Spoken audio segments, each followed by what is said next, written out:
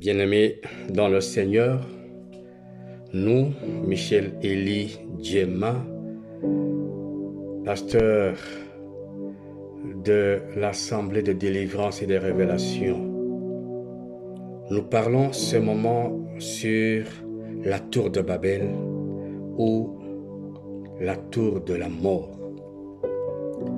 Ce thème est tiré du livre de Genèse chapitre 11, versets 1 à 9, où il est dit: à cette époque-là, tous les hommes parlaient la même langue et tenaient le même langage. Lors de leur migration depuis le soleil levant, ils découvrirent une vaste plaine dans le pays de Shinéar et ils s'y établirent. Ils se dirent les uns aux autres: allons, moulons des briques et cuisons-les au four.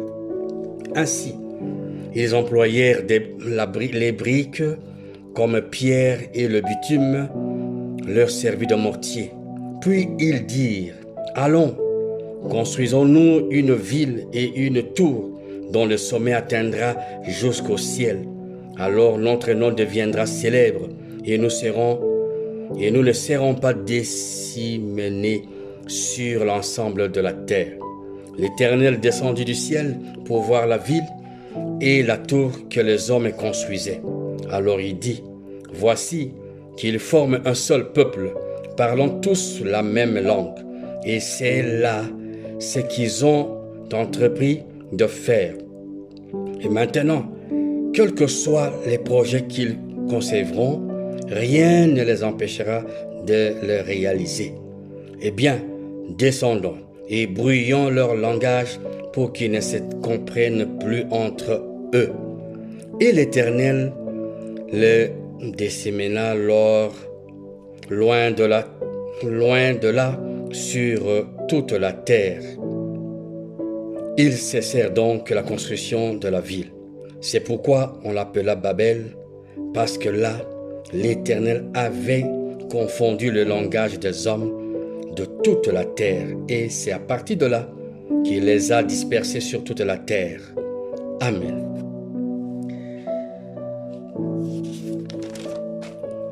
L'histoire de l'orgueil des fils des hommes est toujours d'actualité et plein d'enseignements. La tour de Babel est un édifice qui caractérise l'audace des hommes, l'esprit concurrentiel des hommes qui veulent toujours rivaliser Dieu. Cette organisation des hommes leur avait permis d'effacer leurs divisions internes et pour chercher à être égal à Dieu, et c'est au moyen de leur langage commun. Ce goût d'indépendance vis-à-vis de Dieu n'est pas passé inaperçu devant l'Éternel. Pour autant que par le symbole de la tour qui était l'unité dans la diversité, les fils des hommes avaient le pouvoir de projeter des actions de surveillance, des actions de police, des actions de diversion, d'égarement, des actions pouvant détruire le plan merveilleux de Dieu sur les hommes. Voilà le schéma grotesque du diable et de ses acolytes qui continue toujours à se perpétrer jusqu'aujourd'hui. Ils montent en hauteur, et ça c'est spirituellement, pour mijoter des plans maléfiques contre les enfants de Dieu. Ils forment des castes, ils forment des loges dans un semblant d'unité pour rivaliser notre Dieu en imposant leur volonté sur les enfants de Dieu. Mais au-delà de leur arrogance, Dieu ne les avait pas vus unis. Dieu dit dans Ézéchiel 22, 17 à 20, ce qui suit, nous lisons au nom de Jésus-Christ: la parole de l'Éternel me fut adressée en ces mots: Fils de l'homme, la maison d'Israël est devenue pour moi comme des scories. Ils sont tous de l'airain, de l'étain, du fer, du plomb. Dans le creuset, ce sont des scories d'argent. C'est pourquoi ainsi parle le Seigneur, l'Éternel, parce que vous êtes tous devenus comme des scories. Voici, je vous rassemblerai au milieu de Jérusalem. Comme on rassemble l'argent des reins, comme on rassemble l'argent, le rein, le fer, le plomb et l'étain dans le creuset, et qu'on souffle le feu pour les fondre. Ainsi, je vous rassemblerai dans ma colère et dans ma fureur, et je vous mettrai au creuset pour vous fondre. Tel fut les actions de Dieu vis-à-vis de cette tour de Babel.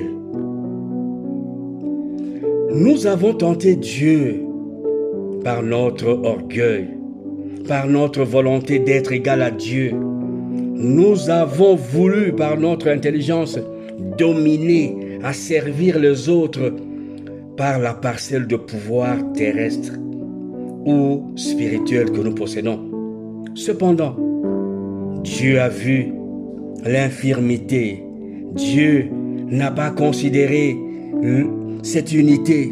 Il a vu un amas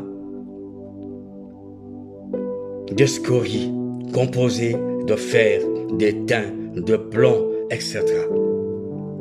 Et comme Dieu ne veut pas la mort du méchant, il a pris la résolution de fondre ces scories pour en faire une nature homogène.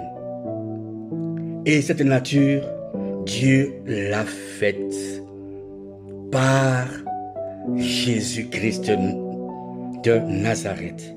Ainsi, dans Ézéchiel 37, verset 5, il dit, « Ainsi parle le Seigneur l'Éternel à ses eaux.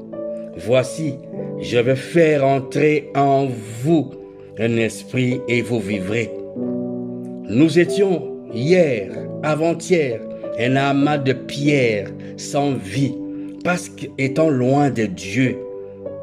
Maintenant, il fait venir sur nous son souffle afin que nous puissions vivre. Bien-aimés dans le Seigneur, beaucoup de personnes ne considèrent pas l'amour de Dieu qui est allé nous ramasser dans l'amas de scories. Il nous a moulus et nous a donné un corps ayant une vie. Réalisons donc cet amour-là et soumettons-nous à ce Dieu. Marchons selon sa volonté. Bien-aimés, le schéma du diable est identique jusqu'à aujourd'hui. Dans beaucoup de familles, dans beaucoup de villages, dans beaucoup de quartiers de cités, dans des milieux professionnels, dans le foyer, il y a encore des tours de Babel. C'est dans ces tours-là que se discute ta vie, que se décide l'orientation de ta vie, de ton travail, de ta santé, de tes études, de ton mariage. Tout se dicte encore, tout s'arrête encore, les décisions s'arrêtent encore dans cette tour. Maintenant, n'attendez pas demain. Maintenant, appelle l'Éternel des armées afin qu'il confonde le langage, les heures, qu'il confonde les objectifs de toutes ces personnes qui se sont coalisées en esprit ou physiquement pour détruire ton plan merveilleux que Dieu a tracé pour toi et pour moi. Voilà, il y a plus de 6 mois passés au cours de cette année 2021. Beaucoup d'entre nous n'avons encore rien pigé, n'avons encore rien capté. Tous les projets de l'année 2021 n'ont pas encore été atteints. Parce que dans la tour on parle encore de toi. On décide sur ton sort. Voici les autres 6 mois qui sont maintenant en cours de l'année 2021. Il n'est pas encore tard.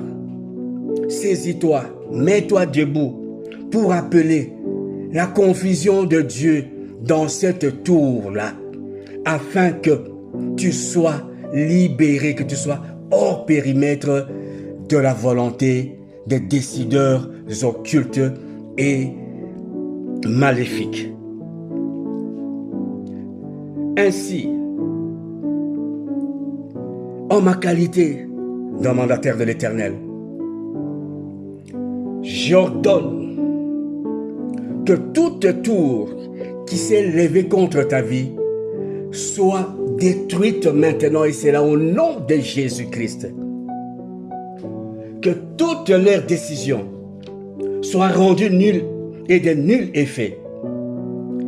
Que le Saint-Esprit te saisisse maintenant, toi qui m'entends, afin que tu te mettes debout pour combattre, détruire toute cette tour, afin que tu sois libre de prospérer à tous égards, qu'on prospère l'état de vos âmes.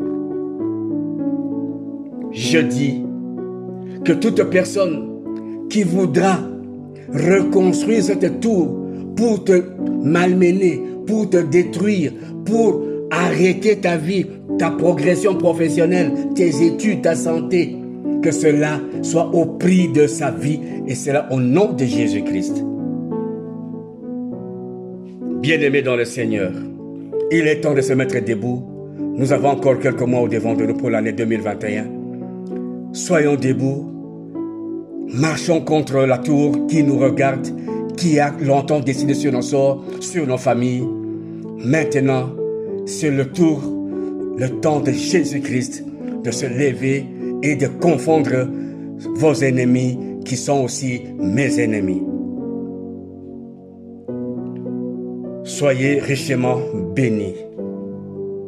Maranatha. Pour des contacts éventuels, plus 243 97 43 49 145.